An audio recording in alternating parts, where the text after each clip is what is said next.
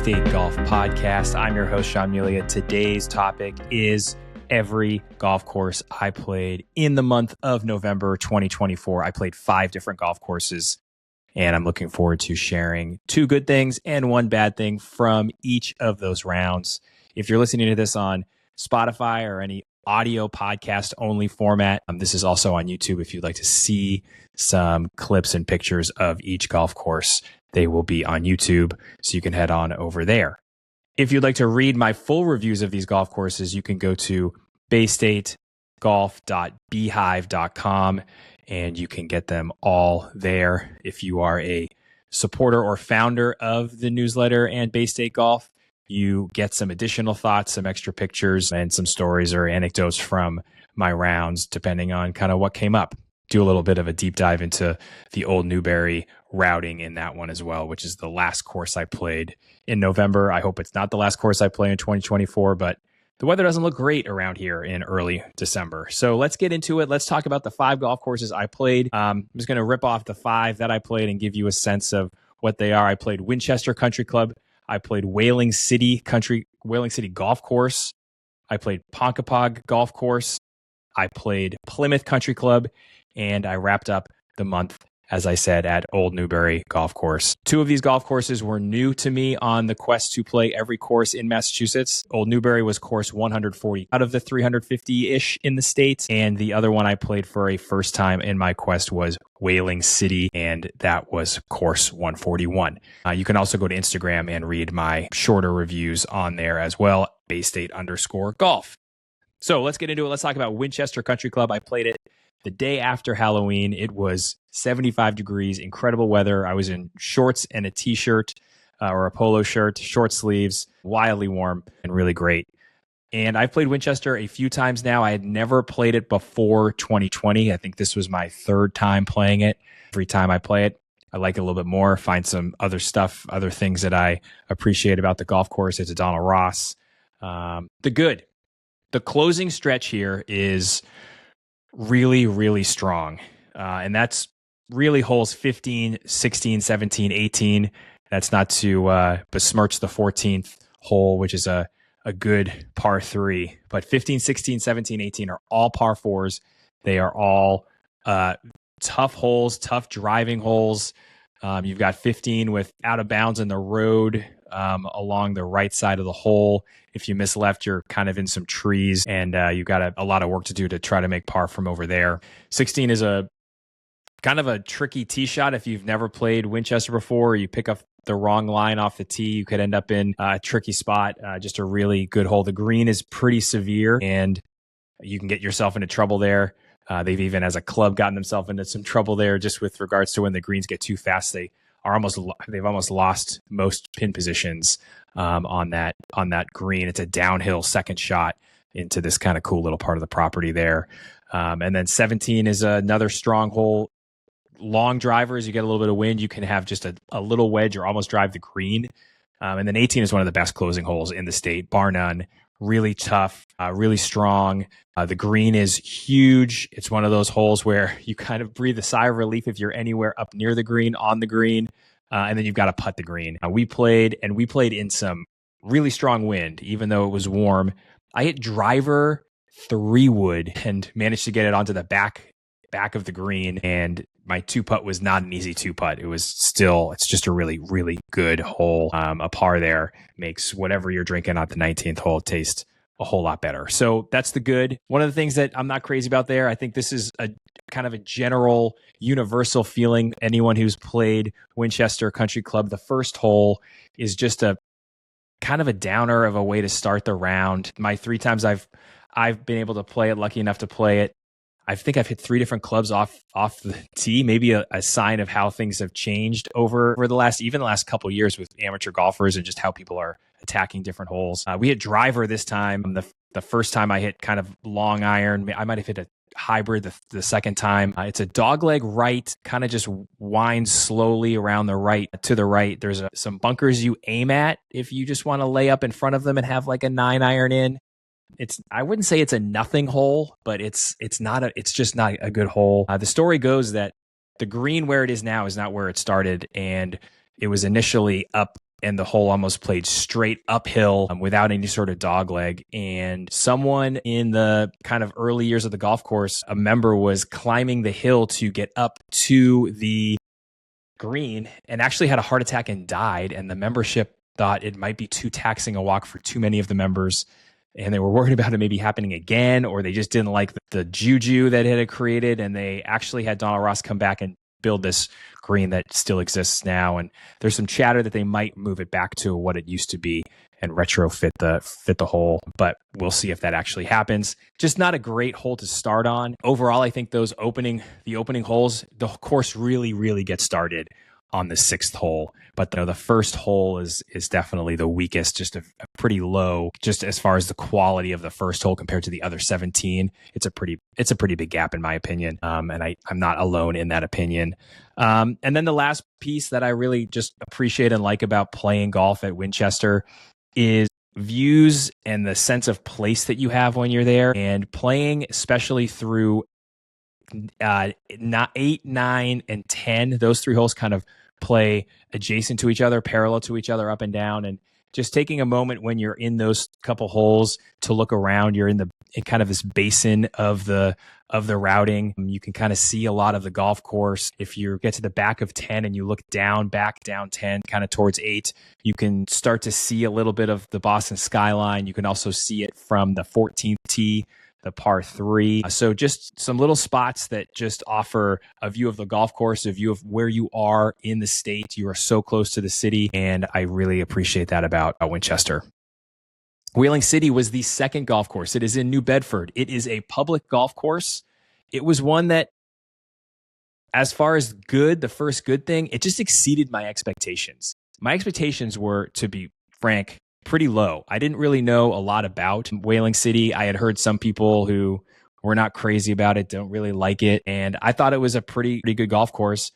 I think playing it in early November when we've had a lot of dry weather might be part of the reason, and then I'll kind of get to my bad in a moment. But just overall, you've got to have your ball on a string. It's a pretty tough golf course, but I think I was just expecting something that was a little bit flatter property, a little bit more straightforward. I hadn't really done any digging into what the golf course looked like. I knew there's some Donald Ross stuff out there, but overall, just kind of it exceeded my expectations by maybe more than a lot of golf courses that I play where I have a sense of what it's going to be like. It usually matches or is a little bit better, but this was a pretty good day of golf. This might be because we played it in such dry weather, and over the course of the fall, there's been a lot of golf courses I've played, public, private, wherever, that they're just firm and fast and bouncy, and Whaling City seems to kind of shine when it's like that. I think in the summer, if it rains, it's a different story, and that's kind of my bad. I didn't get to experience this, but the guys I was playing with, what I've heard from people is it can get pretty soggy. There's a lot of low-lying spots. It's surrounded by marshland, and you're playing over some watery spots, especially the 7th hole and the 15th or 14th hole, I think. The other par, the 2 par 5s that kind of run parallel to each other, play over some water, and I think that can be a pretty soggy spot of the golf course. So 4 as well. So that's kind of, for me, the bit that I think I could envision being bad if you're playing in the summer. As far as the bad that I experienced, just a little bit of the routing. The first 3 holes are very far from the last 15 holes, which is, I think, something that they're apparently trying to work on. Someone in an earlier video that I posted about just golf courses with potential, Whaling City was on there, and then there was a comment about possibly plans to kind of reroute some of the golf course and change some things up and move some things around. So we'll see if that's actually the case. And then the last good thing about Whaling City is it's open all year. So if the weather is good and you're willing to play in some cold weather, or you get those days in the winter that are a little bit warmer and the sun is out and the wind is down, go check out Whaling City because it's probably the best time to play it. They also have a driving range. They have a grass driving range. No idea if that's open year round. I can't imagine it is, but I've seen crazier things. But even if it's not, they've got a turf range, which is always nice to have before you go play around if you want to hit a quick bucket of balls. But open year round. And then, you get It's a Donald Ross creation is what they say on the scorecard. And there are some things in there. I think Ross Society, when I looked at their website, credits him with the front nine. I think even in over time that has changed just with regards to how much is actually still there. But as far as what he did do, that's what the Ross Society says. That's kind of what I saw out there as far as maybe some Ross stuff, but I didn't do a ton of digging. Their website says Ross did some work. The Ross Society has Whaling City as one of Ross's courses and 9 holes that they credit to him there. That's, there is some interesting, good stuff out there. I'd say the 9th hole is probably the most Ross of the bunch for me. Next golf course was the much ballyhooed, much hated, much loved in some cases, Ponkapoag Golf Course. This was another one and I did a video about just 6 golf courses with potential in the state. Ponkapoag for me is one of the courses with the most potential in the state, and it is kind of the farthest away from being anything that would be considered a good golf course right now. It has incredible bones. The routing is great. There are some strong holes. The 6th hole, the 9th hole, the 12th hole, the 14th, the 15th, they're all ones for me that I really like. I played this in a scramble. I think I've played this for the last 3 years in a scramble. I played it with just on my own ball in 2020 when I checked it off. I checked this one off very early in the quest, and the golf course over the 4 years has gotten, unfortunately, worse. The greens are really pockmarked, and it's just a shame. It's already even hard to kind of pull out, but the bones are great. The routing is great. The 6th hole, 9th hole, 12th hole, 14th hole, 15th hole are some of my favorites of the bunch, and just could be a really cool place to play golf. The bad, it's not in good shape.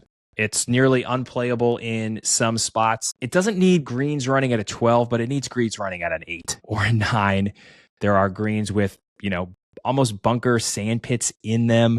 I have no idea why. I don't know what's going on. I know people are angry because of the amount of money that they put into the golf course to reopen it after it had been closed for so long. And it's just kind of deteriorated slowly over the last decade since it reopened, which is too bad. A little bit of care and a little bit of attention would make Ponkapoag a place that I would think about going and playing when I had the time to go play and I wasn't worried about checking off a new course in my quest. If I just wanted to go play 18 holes, 9 holes, it's close enough to me. It's close enough to the city. It has that benefit. Right now, it does provide a place for people to play golf, but I think it could be better for those people. And I don't think you need to make it a place that's going to attract a bunch of new people or people who are looking for some high-end or fancy or excellent public golf, but it could be just a little bit better so that it feels like you're actually playing golf, especially once you get onto the greens. And then the last good, every time I play the 12th hole, I love it more. It is one of the best par threes for me in the state. It is absolutely one of the best flatland par threes that I've played in the state. I love the setting of it. It's kind of tucked back in the corner. There's a huge hill that's behind the green. It's a mid-iron. It's a tough shot. There's good bunkering. The green is cool. Once you finish the hole and you walk up to the 13th tee box and play that train wreck of a golf hole, looking back down onto 12 green and just looking down the hole, just the whole setting back there is really good. It requires a very good golf shot just to make par. And I really always love being back there. It's my favorite part of the golf course, my favorite section of the golf course for sure. That second shot into 11 and then the tee shot on 12 is really good. So that's the other last good piece. Ponkapoag deserves like a big kind of let's look at this place and figure out what's going on with it. But that's it for today. I've also talked about it in my potential courses with potential podcast. So if you want to go check that out.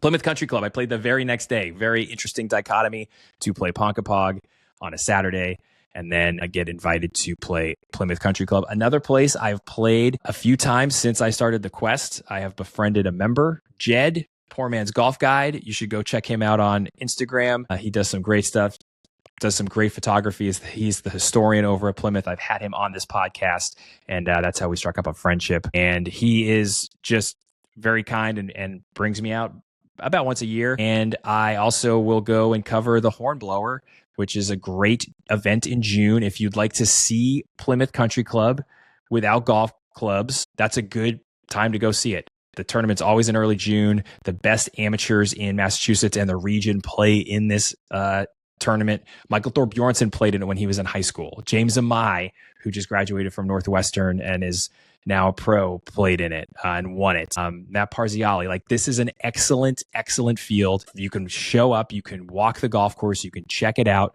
Maybe you meet a nice member and maybe suddenly you're someone who gets to play Plymouth Country Club. Or maybe you just get to walk a place and enjoy a day, because it's one of those few places that I have no problem showing up without golf clubs and just walking it and taking photographs and watching other people play it. And that's kind of the first, for me, the first good. It's just one of those places that is just an outstanding place. And I really love it. The sneaky strong set of par fours. It is a par 69. There's one par 5. It doesn't come until the 16th hole. So those first 15 holes, you're playing par 4s and par 3s. But the 2nd, the 4th, the 5th, the 9th, the 12th, the 11th, the 12th, and the 18th are all such great par 4s. Just really, really strong. And then you got a nice little mix where they dabble in, like, the 6th hole. You can drive it. You can reach it on certain days. You can bang it up near the green and try to make a birdie. You can lay back if you want. The 7th hole is a short par 4. You've got the 13th is a short par 4. And then, so there's just like a really nice mix of par 4s that are just so good. The thing that I think, again, this is almost like the Winchester one. I think a lot of people would say this about Plymouth. It's almost now reached the point where I think people complain about it enough that there's other people who are like, you know what, I like it now. And that's the 7th green and the 8th green. They are very severe. They are more severe than any other of the greens on the golf course. They can get people into a lot of trouble. I've seen some players 4-putt 8 and make 6s and 7s. 7 is the same. It's kind of like a volcano green. And if you hit it in the wrong spot, you are potentially making a double after hitting the green in regulation, because your ball can roll off the green on your first putt. They can put the pin in some really tricky spots. If you get above the pin, if you hit it long, you are toast. Now, I don't think hitting it long should be a thing anyone does on that hole. And if you do it, you should be punished.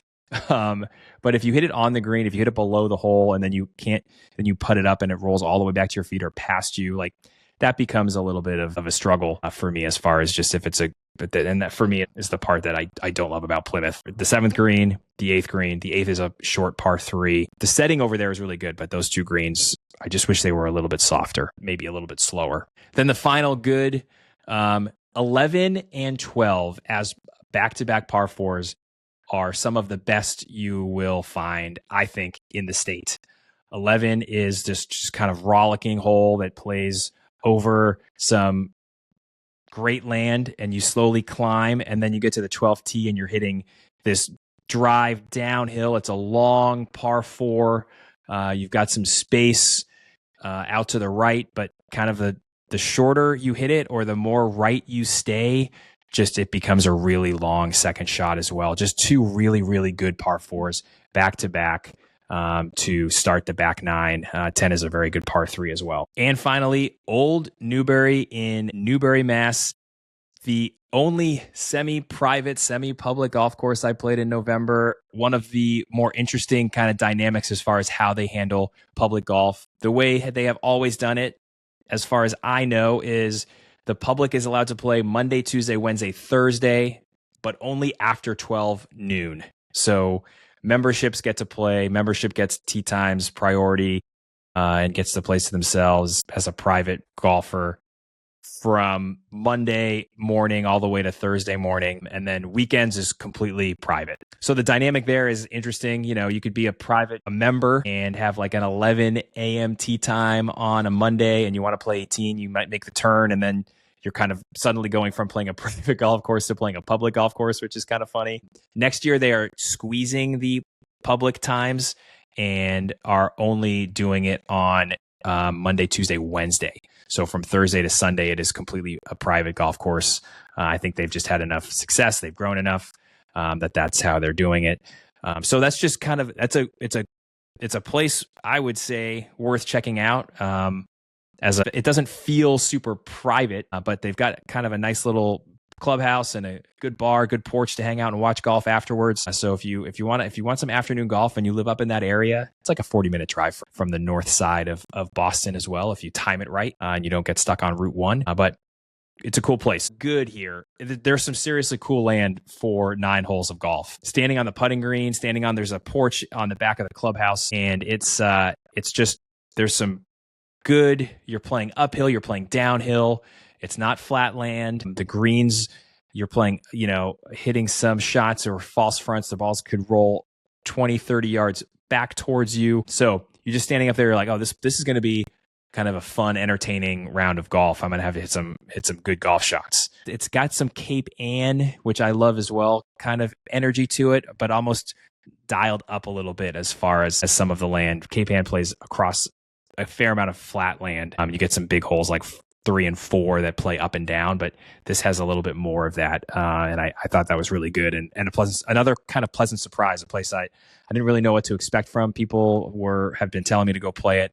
I'm glad I did. And I'm glad I played it at this time of year because it's another place that I get the sense probably gets pretty wet and soggy because it is another spot with a lot of up and down. It's near a marsh, surrounded by marshland and a road, so it's pretty hemmed in there. I think it can get pretty wet. The specific bad I want to talk about is the 9th hole is such a downer after playing 8 really solid holes of golf. And you get to the 9th hole, and if you're going to play it twice, it's like a hole playing twice is not that much fun. It's about 211 yards from the tips, and we played the tips both times we went around. That might be another thing that's kind of, they don't have a lot of like very different tee boxes. You feel like you're playing the same course twice, even if you don't play the tips solely, which is what we did. But not a lot of like tee boxes in very different places are giving you some different angles, like a Hooper in New Hampshire does as another good 9-hole golf course, or if we're going to compare it to a private golf course, because it is like Whitensville has at least a nice little mix as well, where you feel like you're hitting some different shots the second time around.